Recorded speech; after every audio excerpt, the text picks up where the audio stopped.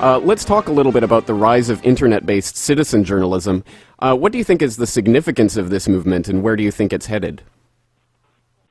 Well, it's so significant that police all over the United States will tell citizen journalists to turn their cameras off. We saw the train shooting at a subway system in the Bay Area on the West Coast where they confiscated several camera phones and then said that they didn't have any cameras or that the cameras malfunctioned that were there on the train platform. And then it came out that other people on board a train and down the platform had videotaped it. And so that cold-blooded murder was exposed. So they're very desperate right now, all over the United States, routinely, college students out doing an architecture study, or folks with Amtrak who follow their national contest for photos of the train system for advertisement. They get arrested, or they get given tickets, or their cameras get confiscated. And now in England, they've just passed a law that photographing police is an act of terrorism, and they say, well, only if we can prove it's to help terrorists. But they're saying if it could in any way help terrorists, the way it's written, they can now say, well, you took photos of police officers. That could be used because it was on YouTube or Google or on Facebook by terrorists, so you get 10 years in prison and a giant fine. And people say, oh, that won't happen. Well, I'm glad to see thousands of reporters went down to Scotland Yard and photographers and videographers and protested by taking photos of the police. The problem is I have been in England filming Terror Storm 3 years ago, and it's on video when the police walk over and say, turn your cameras off, when I'm just on the street corner interviewing people or even videotaping Parliament from a half mile away.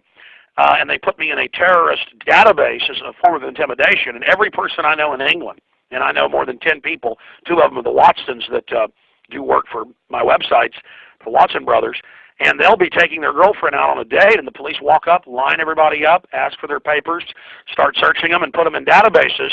And so it's all part of training the public to be searched and controlled. But now they're saying it'll be an act of terrorism to videotape the police. But I believe the public, and it was great to see citizen journalists, even mainstream media, are going to rebel and just videotape and photograph police even more and put it on the web.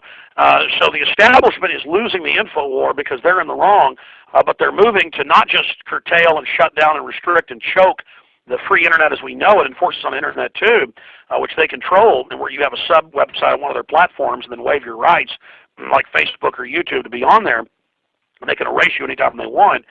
They are also trying to physically, on the ground, choke and stop citizen journalists. But we saw this in the Renaissance. We saw this in the 1776, in the decade leading up to it with the Sons of Liberty in the United States. This is only going to foment more citizen journalism. And folks, you don't have to be, quote, radical, talking about the FEMA camps and the martial law and the New World Order and the banking takeover, though that's the most important issue to cover right now. You can just have a local neighborhood newsletter you put out, or you can put out a local citywide website and start taking photos as a hobby and write little reports, and it will end up getting more traffic if you just do it for a few months or a few years than most major city websites, because people instinctively don't trust the mainstream media anymore. And just at a gut level, I mean, more evidence of that is Congress having an 11% approval rating or a 9% approval rating. It's been that low before.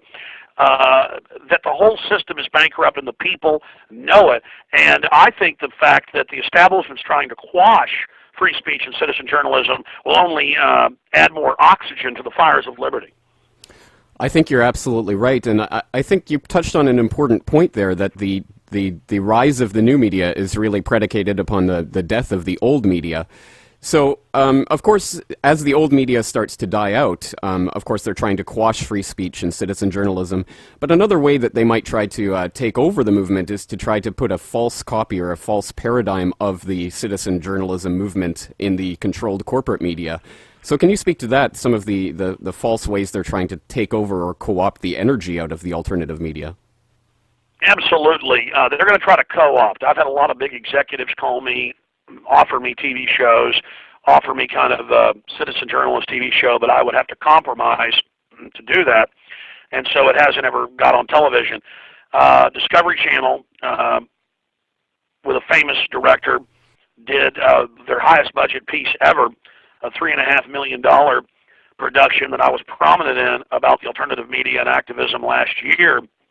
And the prominent director had said that internally Discovery Channel wanted to go in more of a HBO direction because they knew that, you know, only anti-New World Order stuff was basically popular now, or libertarian type ideas. And he had never had one of his films shot down or controlled. He had Final Cut. And after he made the piece, they said, okay, come back and add these people we want you to interview.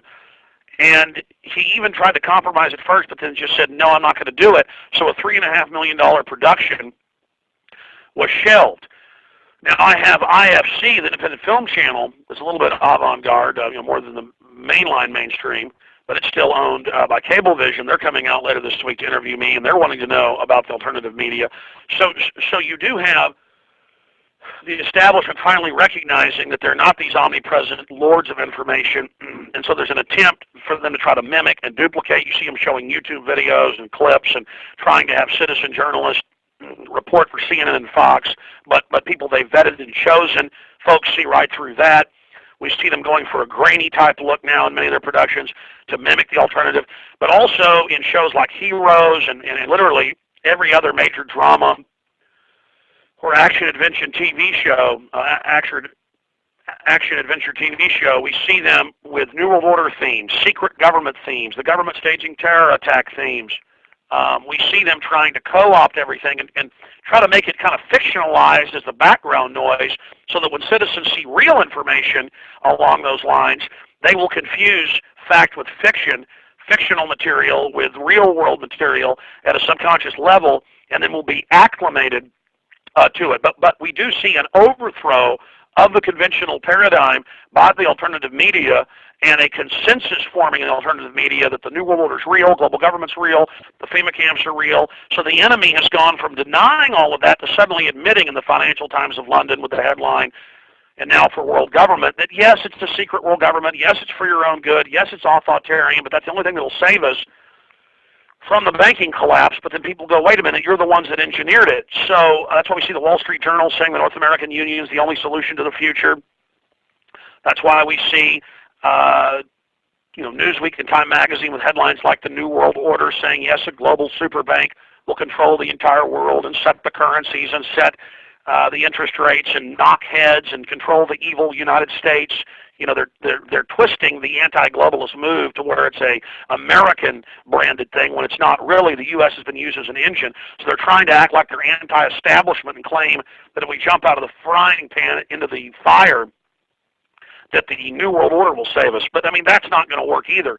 But they've been so desperate, denying world government existed while they were building the architecture right in front of our faces, that now they've noticed that backfired on them, so they're trying to roll it out right now and just condition people to accept it, and that seems to have blown up 10 times worse in their face. So instead of a Midas touch, everything turning to gold they touch, everything is turning to crap they touch.